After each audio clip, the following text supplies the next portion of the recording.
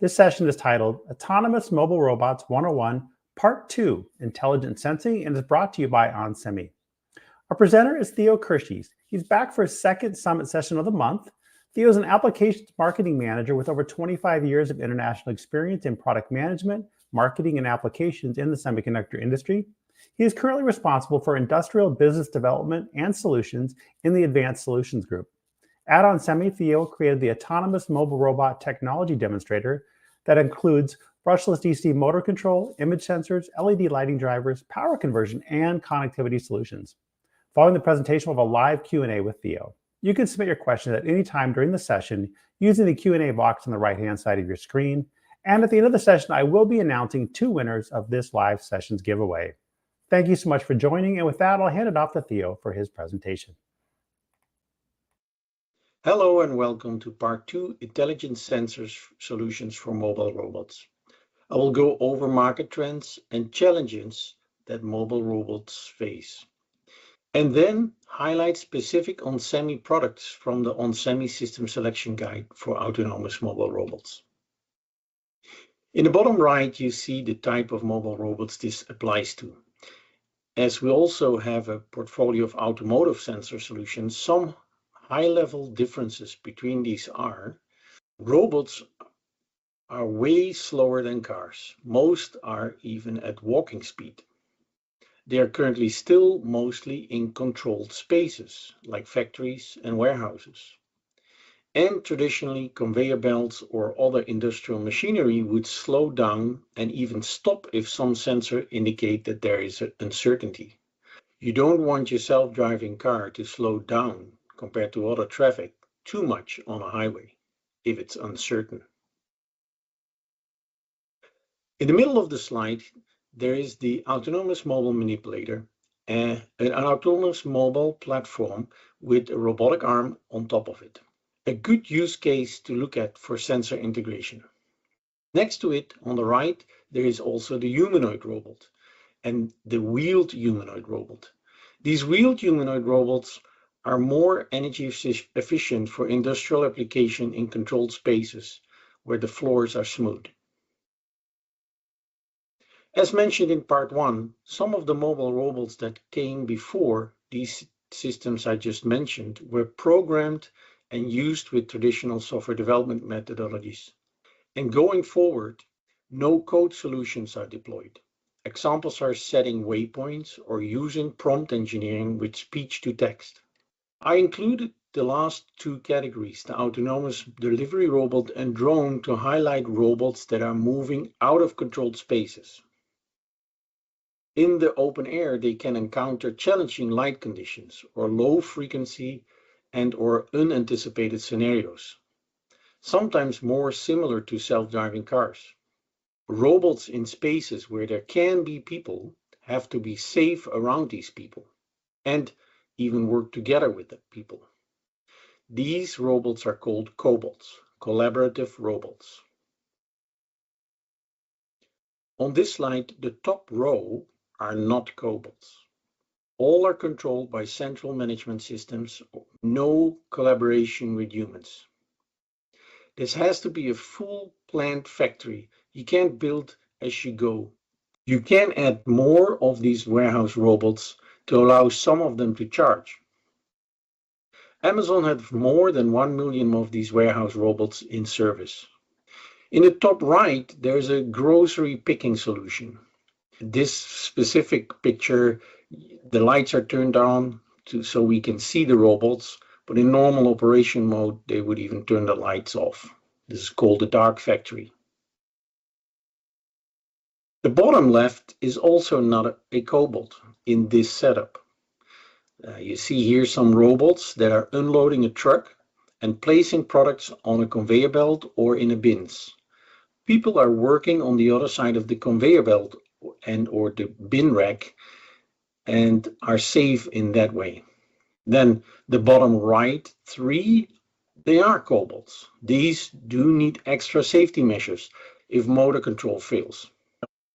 And if you're behind them on the stairs, if that happens, then the robot may fall on you. In this slide, you see the history of AI. and the next frontier for robotics, which is physical AI. And if that is achieved, then that's the ChatGPT moment of robotics. This will enable lots of new use cases. Physical AI is the capacity of artificial intelligence to bridge the digital and physical world. This way, enabling machines to interact with and adapt to the real-world environments through sensors and actions. You see here in the top row several different uses for robotics. You see the agricultural strawberry picking robot in the middle. The advantage of robots working in the fields is that they could every day pick the fruits that are ripe or have a certain size. They might even do it in the dark. Next to that on the right, you see a humanoid robot. They're so advanced, they could drive your car. And you can ask your question then, do I still need an automotive self-driving car? For forklift trucks or equipment in industrial scenarios that are older, a humanoid robot driving those machines would be very useful. In this slide, you see some scenarios where robots encountered challenging situations when they move out of the controlled spaces into more general purpose spaces where also humans are. Robots may encounter a mirror that you see in this picture that shows something approaching under an angle or around the corner.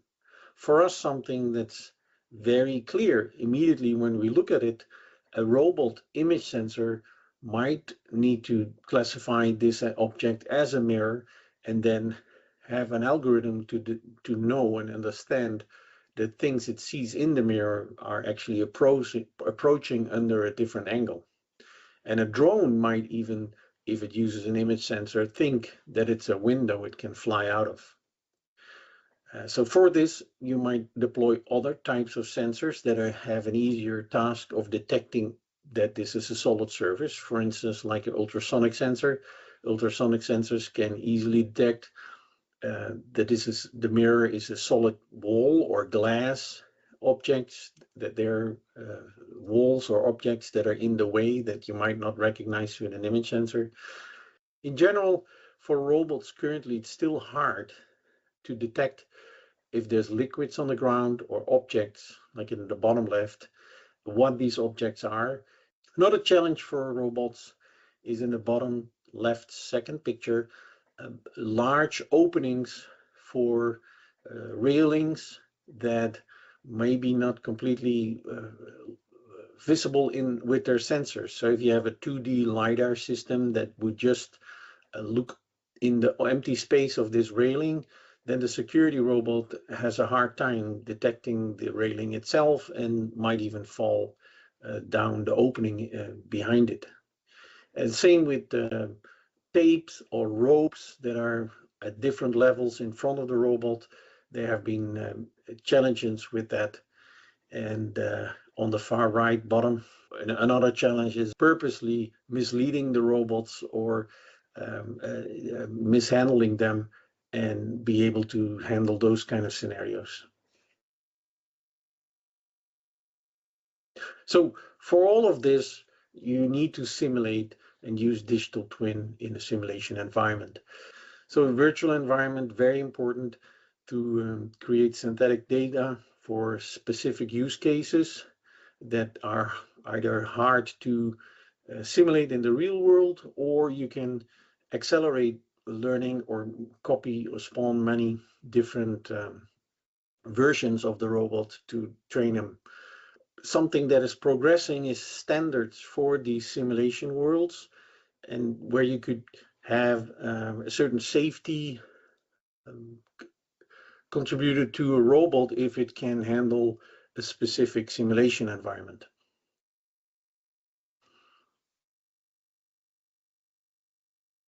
Here then an overview of many different robotic solutions and applications. All of these robots have again in common that they have sensors to be able to navigate their environment safely and do some kind of a function that is needed. So onsemi created a solution, a demo system solution for a autonomous mobile robot that you see here on the left, and also we created a sensor hand now to create something similar for a full robotic humanoid, because we like to add in there our audio DSP solutions from our hearing aid products that could help the robot to have noise cancellation and directional hearing to receive verbal commands from people that it works with. So we use these demo systems on trade shows. So there's some pictures here in the top where we see the sensor hand and also the autonomous mobile robot with a cobalt arm on top. So that's an autonomous mobile manipulator. And we show that these drive around and have our technology inside. And we can talk about the different technologies in there.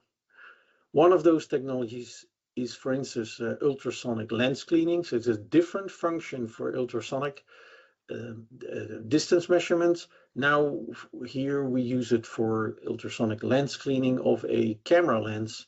So if you get dust or water or even ice onto the image sensor lens, we can ultrasonically clean that. And second video here is for a iToF Hyperlux ID camera, and you get a depth map directly from the camera that you then can use to create a point cloud for your navigation solution. So, sensors in mobile robots. We see here our autonomous mobile robot with a cobalt arm on top. This is the next version of our demonstrator, and it has different all these different sensor modalities on the robot for demonstration purposes. In robotics, sensors allow a robot to perceive its surroundings as well as its own internal state. Sensors form the foundation of robotic awareness and enable functions like object detection, position tracking, force measurements, and navigation. Then there are two types of sensors definitions in a robotic. These are internal sensors, which are monitoring the robot's own state. These include positioning encoders, torque sensors, and temperature monitoring, and they help to control motion, stability, and power. And then there's external sensors that are track the outside world.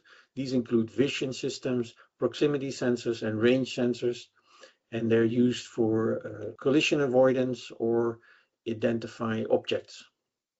Here you see the sensor hand technology demonstrator, and in orange it lists different sensor modalities that we included in this demonstrator, and we have for each of these products a product page. There's different technologies for depth sensing, specifically for depth sensing, and onsemi has several of these technologies. We list them here. So we have, of course, our image sensors where you could do stereoscopic depth measurements.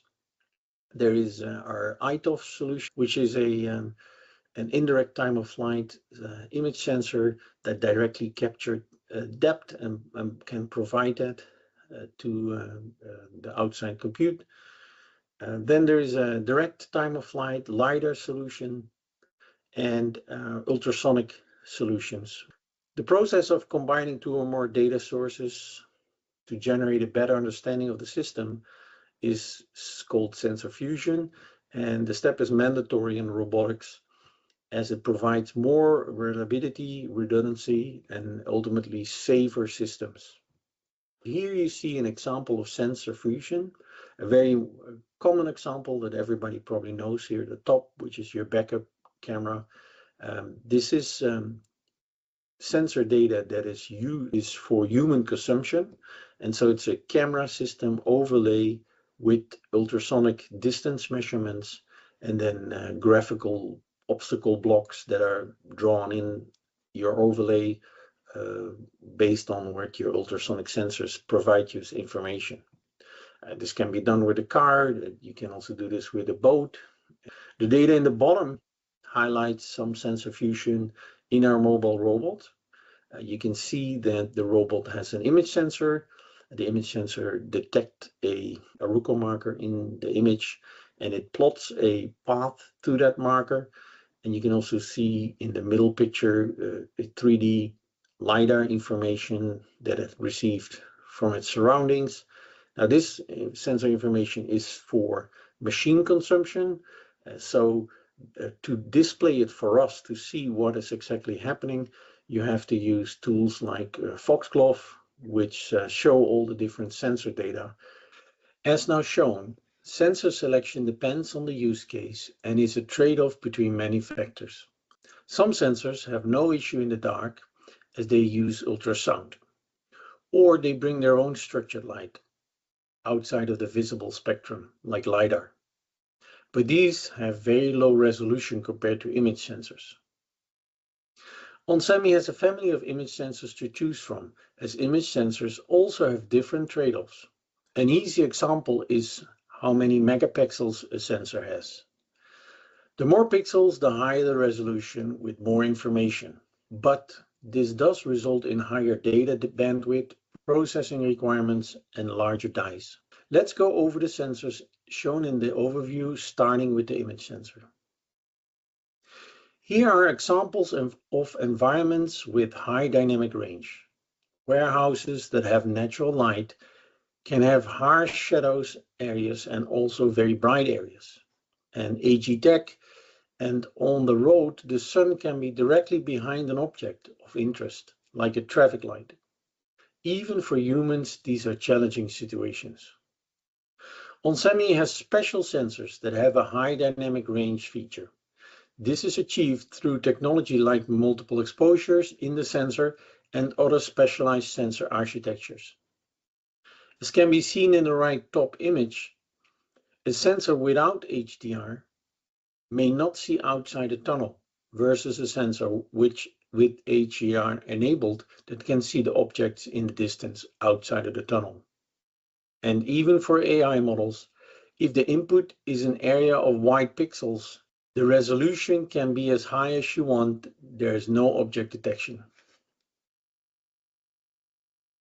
Another consideration is how the image sensor captures its image. Probably talked about often, but this has new implications for in the age of AI and machine learning. The top line shows pictures where an artist deliberately uses rolling shutter implementations to create interesting images. The top middle image shows an airplane propeller that is just in sync with the rolling shutter image capture in the camera, and this creates a drooping propeller blade. AI may not recognize the airplane propeller as it's not trained on these images. The bottom row on the right, the train is captured with a rolling shutter. On fast objects, this creates motion artifacts in the image, and the two fans next to the train may not be recognized again, as they have odd shapes. On the left, a camera with a global shutter image sensor is used and this does not have the motion artifacts in the image.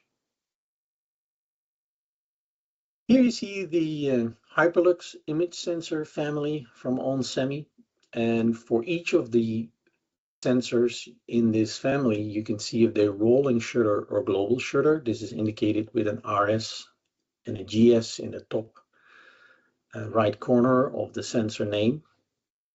And then it lists some specific characteristics of this sensor. The middle one, the Hyperlux highest dynamic range rolling shutter sensor, is the one that was used to capture the tunnel light. On the right, there is the Hyperlux ID, which is a high-speed depth processing sensor, and I have some more information on that particular sensor. Here you see this depth sensor, which is an ITOF sensor, an indirect time of flight sensor. that has captured a depth map, and from this you can create a point cloud or a solid model and review this in post-processing. And ITOF, indirect time of flight, work different from direct time of flight, like LiDAR solutions. And so it might be interesting to quickly go over that. First of all, there is a laser illuminator that illuminates the object or the surrounding. We have this laser illuminator be on a modulation scheme, and we're measuring the phase shift that comes back from objects or the surrounding. We do that internally. We do 4 measurements within a specific phase shift, and then also we can have dual frequency measurements. Now, we already mentioned using a structured light, and structured light most of the time is used in near IR, near infrared, or outside the visible spectrum. And in this case, there is a solution where we have a sensor, CMOS sensor, that's made more sensitive to a near IR light. And then with that, you can, for instance, in this case, look through the sunglasses of a person to see if he's or she is still having the eyes open in an automotive scenario. But you can use this also for different other robotic applications. onsemi leadership lies in helping our customers get to the market quickly and cost effectively, as well as supplying the sensor devices they need to solve challenging and important problems. And under the modules, we make these modules, we call them Premier Reference Image Sensor modules, to get customers quickly started. And for that, we then can have these modules onto the most common SoCs, and we also have a full suite of software where you can evaluate the image sensor and make your own, start to make your own camera system. Pressure sensor. So here's our pressure sensor product that's used in the sensor hand. This is an interface product to Witchstone bridge. And this uses you can use the send interface, which is a digital signal edge nibble transmission interface, or an analog output signal. There's also an application note for this, how to hook it up and use it with some common force and torque sensor solutions, and a evaluation board with a GUI that you can try out all the different configuration settings in this interface product, and also set different sensitivities for specific sensors used. Then we have an inductive positioning sensor. The stator side has our product on it. This will excite the traces on the PCB, which then creates an inductive coupling to the other PCB, the rotor, that has no logic on it, only the traces. And then this coupling can be measured again on the stator side to close the loop and determine the absolute rotation for the sensor position. Again, the one-pager, part number, location, some more information about temperature range. And then also for this solution, we have an evaluation board that you can get with a GUI application to start your own evaluation and development. Then the ultrasonic sensor. The onsemi NZV75215 is a traditional ultrasonic sensor for surround object detection in automotive applications, as well as can be used in robotic application. There is a evaluation kit and a GUI, and here's the one-pager. And so I like to highlight some trends in ultrasonic. We talked about sensor cleanings. Another one is monitoring underneath a robot that is higher off the ground, like an autonomous mobile delivery robot. If they're outside and there could be animals or objects under the robot and it wants to take off, it can then detect these and take precautions or go into some kind of a procedure Last one I want to mention is the ultrasonic state aware sensor, where you can look at tires or a battery internally in the robot. You can have the state of health or state of charge of a battery detected with ultrasonic sound. Then we have our rain and light sensor, the NCV76124. This becomes more important when robots get out of the warehouse into open spaces or AG Tech, agricultural technology solutions. Modern rain and light modules contain near-infrared LEDs that illuminate the surface glass through a special optical interface like a lens in a camera. Near-sensitive photodiodes measure the reflected light. Rain and snow produce a different signal reflection than clear surface glass, making moisture detection possible. The visible light photodiode measures the amount of daylight around the mobile robot. Additionally, infrared diodes allow measuring the radiated solar energy to control robot cooling. And then an additional photodiode can automatically control backlight dimming on control panels. The one-pager for this product, and an evaluation kit and GUI that we have for this product. Then LiDAR, silicon photomultipliers. So LiDAR, there's 1D LiDAR, 2D LiDAR, 3D LiDAR. You see some examples of these use cases on the top here in picture. So 1D, just a fluid level measurement in a water tank, or in the 2D, you see some solutions there. And the one in the field with the tractor, if you are horizontal with your robot, you might have issues with edge detection. In this case, it's on an angle, so we can hit the surface in front of the tractor. And then lastly, you have the 3D LiDAR, where you create, with the help of either spinning or extra mirrors, MEMS mirrors in the product, a full 3D surrounding. We have a series of different SIMs that they're listed here. And finally, a Bluetooth real-time location system. This uses Bluetooth tags that you can place in the robot or in products, and you can then locate these products. The technology that uses angle of arrival, angle of departure for the radio signals. Okay, that's all the time I have today. I hope this was a helpful overview of different products we have. And if you are interested in a specific sensor solution, please let us know and we can provide you more information. Thank you very much. All right. Well, thank you so much, Theo, for your second detailed presentation about autonomous mobile robots in this Summit series this month. There's such a broad range of sensing modalities available to system designers. It's almost overwhelming now how many sensors are out there. So it's pretty cool to see. So it looks like we got a number of questions, but I will remind our audience that there is time to submit your questions. You can do that using the Q&A tab on the right-hand side of your screen. So Theo, you ready to answer some of these questions? Yes, I am.